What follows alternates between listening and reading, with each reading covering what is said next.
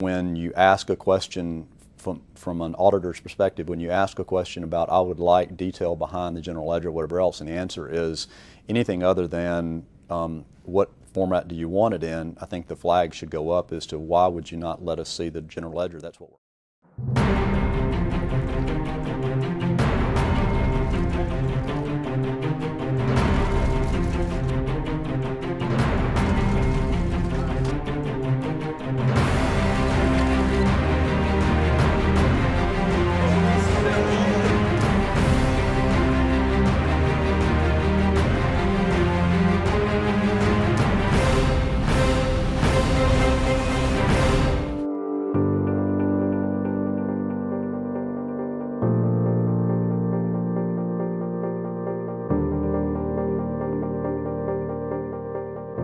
Fraud was ultimately discovered by a very simple internal audit procedure. And it's almost comical if you look at it now. Scott Sullivan asked Cynthia Cooper, who was in charge of the internal audit department, to evaluate the capital expenditures. The company was spending literally billions of dollars in its network. And Scott was concerned that things were happening in those expenditures that were not being approved. He couldn't see why we were spending some of the dollars we were spending, and wanted to find where the breakdown in the control was. What Cynthia did was exactly what I would have done.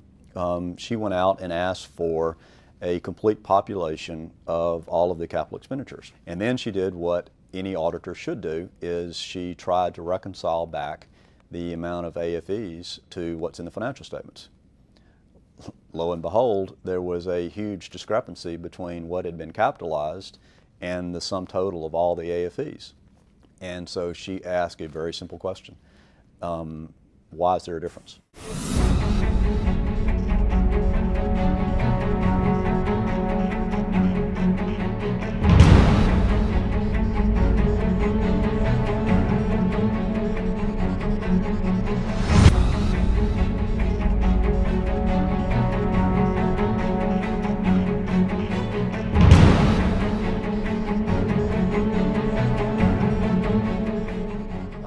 When we had our conversations about capitalizing line cost, Betty was completely horrified. She, after that meeting, came to Buddy and said that she was going to resign.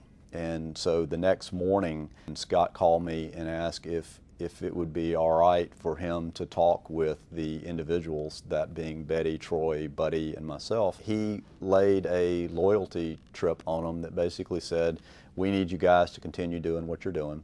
It's my responsibility, Scott's responsibility. If anything ever comes of it, I'm the one that asked you to do it. You're only following the directions that I gave you. When we came back the next day, which I think actually it was a Friday, so we came back on a Monday, Betty had indicated that she didn't feel any better about the situation, but she was not going to quit.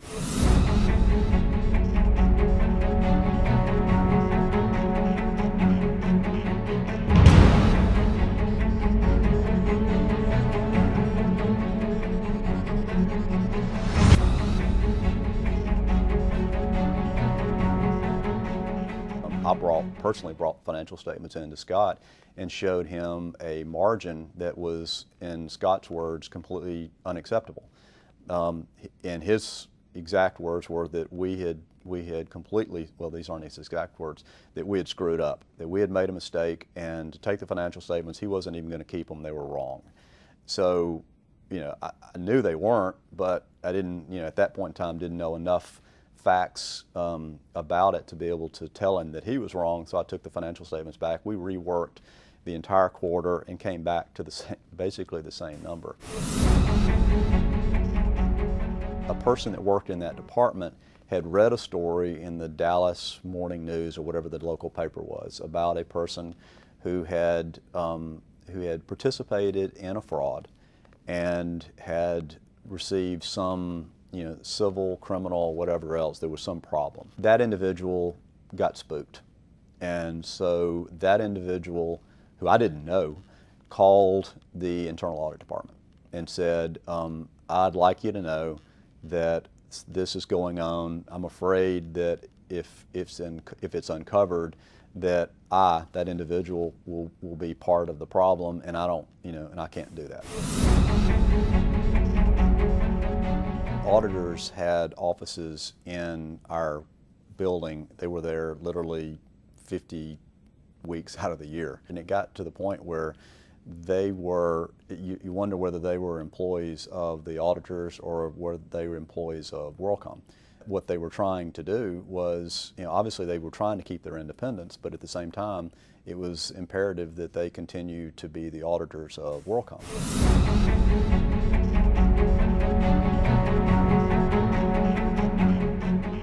The auditors were basically inept, in my opinion. They said that they were doing a risk-based audit where they were relying on internal controls. They somehow concluded the internal controls were excellent so they could do limited amounts of testing. As it turned out, the internal controls were awful. When KPMG came in after the fact, they determined that there were numerous material weaknesses in internal controls that had to be remediated. The auditors were not able to have direct access to the general ledger records, which is absolutely unheard of in external auditing. The responses that the auditors got was, you don't need that. It's a waste of your time, and when we waste your time, you bill us more. So we're not going to provide that level of detail to you. And it's important for our fellow citizens to understand that by far the vast majority of our leaders in the business community are honest and upright people. That's important for them to hear. Just as important for them to hear, when we catch people doing wrong, there will be consequences for those who have done wrong.